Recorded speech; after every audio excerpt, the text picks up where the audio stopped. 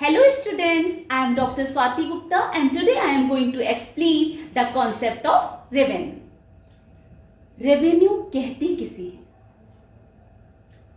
जब कोई प्रोड्यूसर अपने प्रोडक्ट को सेल करता है, उस प्रोडक्ट को सेल करने पर वो जो अमाउंट ऑफ मनी रिसीव करता है या उसकी जो कमाई होती है या इनकम जनरेट होती है, उसी को हम इकोनॉमिक्स में रेवेन्यू कहते हैं।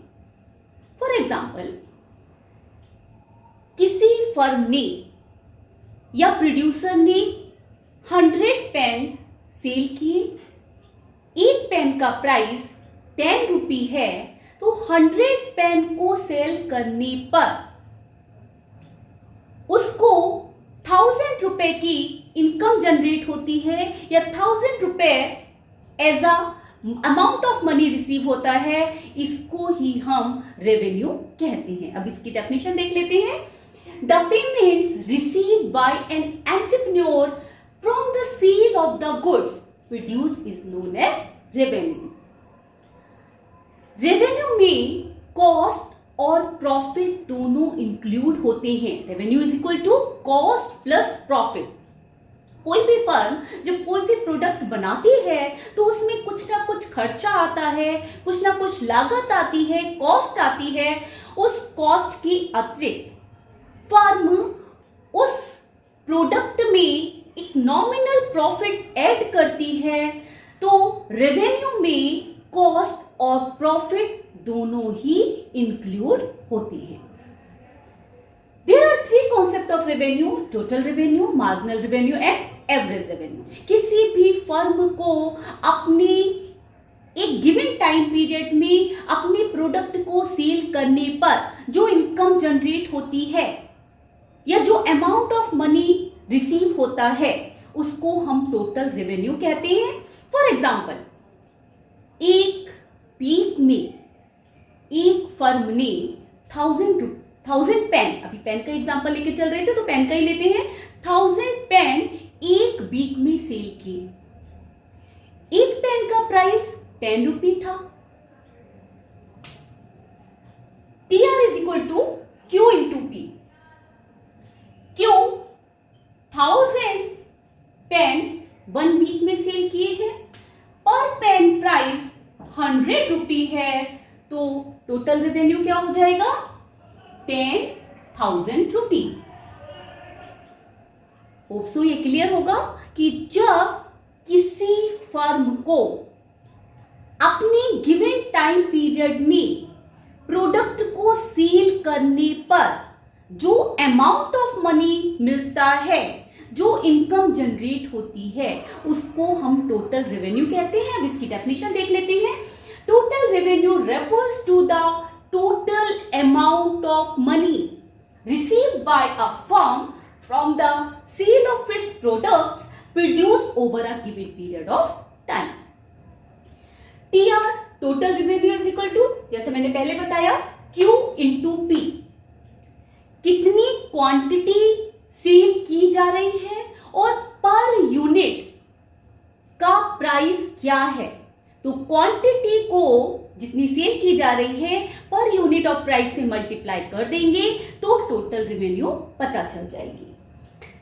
Q is the total quantity sold and P is equal to the price per unit. Now average revenue, per unit को सेल करने पर कितना रेवेन्यू जनरेट होता है, उसको हम एवरेज रेवेन्यू कहते हैं। Average revenue means per unit revenue. Average revenue को कैसे निकाला जाता है? टोटल रेवेन्यू को टोटल क्वांटिटी से डिवाइड करने पर एवरेज रेवेन्यू पता चल जाता है। तो इसका फॉर्मूला क्या है? ER is equal to TR upon Q। TR कितनी टोटल रेवेन्यू जनरेट हुई है और Q कितनी क्वांटिटी सेल की गई है। एवरेज रेवेन्यू प्राइस के बराबर होता है। डेफिनेशन में देख लीजिए, it refers to the revenue generated per unit of product sold. एक यूनिट को सेल करने पर कितनी रेवेन्यू जनरेट होती है उसको हम एवरेज रेवेन्यू कहते हैं। It is equal to the price at which the commodity is sold. Average revenue price के बराबर होता है। ये प्राइस के बराबर कैसे होता है, इसको भी प्रूव किया जा सकता है। Average revenue is equal to TR upon Q. TR का फॉर्मूला अभी थोड़ी देर पहले ही समझाया है, क्या था, क्वांटिटी मल्टीप्लाइड बाय प्राइस। यदि हम इस फॉर्मूले में टीआर का ये फॉर्मूला अप्लाई करते हैं तो A R is equal to Q into price divided by Q. Q से क्यू कैंसिल हो गया तो A R is equal to price. इसलिए हमेशा याद रखिएगा average revenue is equal to price. Next, marginal revenue. It is the additional revenue earned by a producer by selling an additional unit of his product. Marginal revenue additional unit को sell करने पर जो revenue generate होती है, जो income generate होती है, उसको हम मार्जिनल रेवेन्यू कहते हैं। फॉर एग्जाम्पल, एक फर्म ने 4 पेन को सेल करके 50 रुपी टोटल रेवेन्यू अर्न की। जब उसने 5 पेन सेल किए तो उसकी टोटल रेवेन्यू 56 थी। तो एडिशनल यूनिट को सेल करने पर टोटल रेवेन्यू में कितना चेंज आया है उसको हम मार्जिनल रेवेन्यू कहते हैं। इसका formula marginal revenue is equal to delta T R upon delta Q. अभी जैसे मैंने एग्जांपल दिया, 4 पेन को सेल करने पर टोटल रेवेन्यू 50 रुपी जनरेट हुई। 5 पेन को सेल करने पर total revenue 56 I. Delta T are कितना आया, change in total revenue 56 minus 50, delta T are 60। Delta quantity में कितना चेंज आया, 5 माइनस 4 1, तो मार्जिनल रेवेन्यू 6 हुई।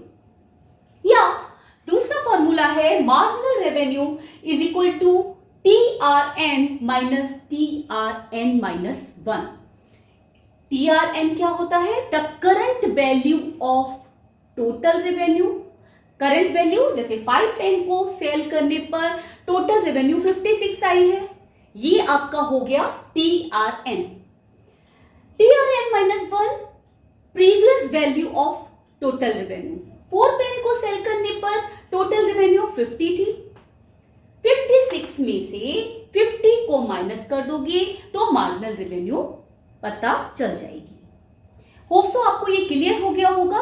अब मार्जिनल रेवेन्यू, एवरेज रेवेन्यू और टोटल रेवेन्यू में क्या रिलेशन है डिफरेंट मार्केट कंडीशन में, वो मैं एक्सप्लेन करती हूं।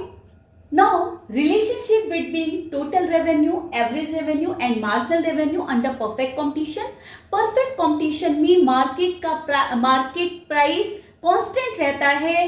किसी भी इंडस्ट्री में प्रोडक्ट का प्राइस डिमांड और सप्लाई के इंटरेक्शन से डिटरमाइन होता है। जहां पर डिमांड और सप्लाई बराबर हो जाती है वहां पर उस प्रोडक्ट का प्राइस डिटरमाइन हो जाता है। उस इंडस्ट्री से रिलेटेड सभी फर्म उस प्राइस को एक्सेप्ट करती है और उस एक्सेप्टेड प्राइस पर ही, उस गिवन प्राइस पर ही अपने आउटपुट की क्वांटिटी को सेल करती हैं। यदि फर्म को अपना प्रॉफिट बढ़ाना है तो सेम प्राइस पर वो अपने ज्यादा आउटपुट की क्वांटिटी को सेल कर प्रॉफिट को मैक्सिमाइज कर सकती है। लेकिन कोई भी फर्म परफेक्ट मार्केट में अपने ओन एक्शन से प्राइस को इन्फ्लुएंस नहीं कर सकती हैं। उन्हें वही प्राइस एक्सेप्ट करना होता है जो इंडस्ट्री में डिमांड और सप्लाई के इंटरेक्शन से डिसाइड हुआ है। कहने का मतलब यह है कि परफेक्ट मार्केट में फर्म प्राइस टेकर होती है, प्राइस मेकर नहीं होती है। इसलिए प्राइस कांस्टेंट रहता है, हर यूनिट का प्राइस कांस्टेंट रहेगा। 1 यूनिट 10, सेकेंड यूनिट का प्राइस भी 10, थर्ड का भी 10, हर यूनिट का प्राइस कांस्टेंट है। टोटल रेवेन्यू कैसे निकालते हैं? Quantity multiplied by price. 1 into 10, 10, 2 into 10, 20, 3 into 10, 30, 4 into 10, 40 and carry on. Average revenue per unit revenue average revenue होती है, और थोड़ी देर पहले एक्सप्लेन करके चुकी हूं कि एवरेज रेवेन्यू प्राइस के बराबर होती है। तो प्राइस 10 है तो एवरेज रेवेन्यू भी हर यूनिट की 10 रुपी होगी, या आपको फॉर्मूला भी पता है कि टोटल रेवेन्यू को क्वांटिटी से डिवाइड करने पर एवरेज रेवेन्यू मिल जाती है। 10 divided by 1 10, 20 divided by 2 10, 30 divided by 3 10, 40 divided by 4 10, 50 divided by 5 10, carry. Marginal revenue additional unit से जनरेट होने वाली रेवेन्यू मार्जिनल रेवेन्यू होती है, क्योंकि परफेक्ट मार्केट में पर यूनिट प्राइस में कोई भी चेंज नहीं आता है, इसलिए एडिशनल यूनिट को सेल करने पर जनरेट होने वाली रेवेन्यू में भी कोई चेंज नहीं आएगा, वो भी कांस्टेंट रहेगी। इसलिए परफेक्ट मार्केट में price, average revenue and marginal revenue तीनों बराबर होते हैं। अब इसका डायग्राम देख लेते हैं। OX units of the product, OY revenue दिखाई गई है, TR, MR and AR,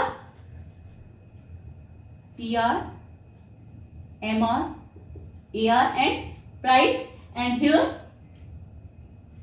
units. सबसे पहले प्राइस 10 है, 1 यूनिट का भी 10, 2 का भी 10, 3 का भी 10, 4 का भी 10, 5, 6 एंड 7 सबका 10 है। एवरेज रेवेन्यू भी 10, 10, 10 सेम लाइन रहेगी। MR भी 10 है। तो परफेक्ट कंपटीशन में price, average revenue and marginal revenue curve horizontal होता है या OX के पैरेलल होता है। TR बढ़ता है पर यूनिट को सेल करने पर, जैसे जैसे क्वांटिटी सेल होती जाती है टोटल रेवेन्यू इंक्रीज होता है, but at a constant rate. इसलिए टोटल रेवेन्यू का जो कर्व होता है वो 45 डिग्री से स्ट्रेट लाइन होता है।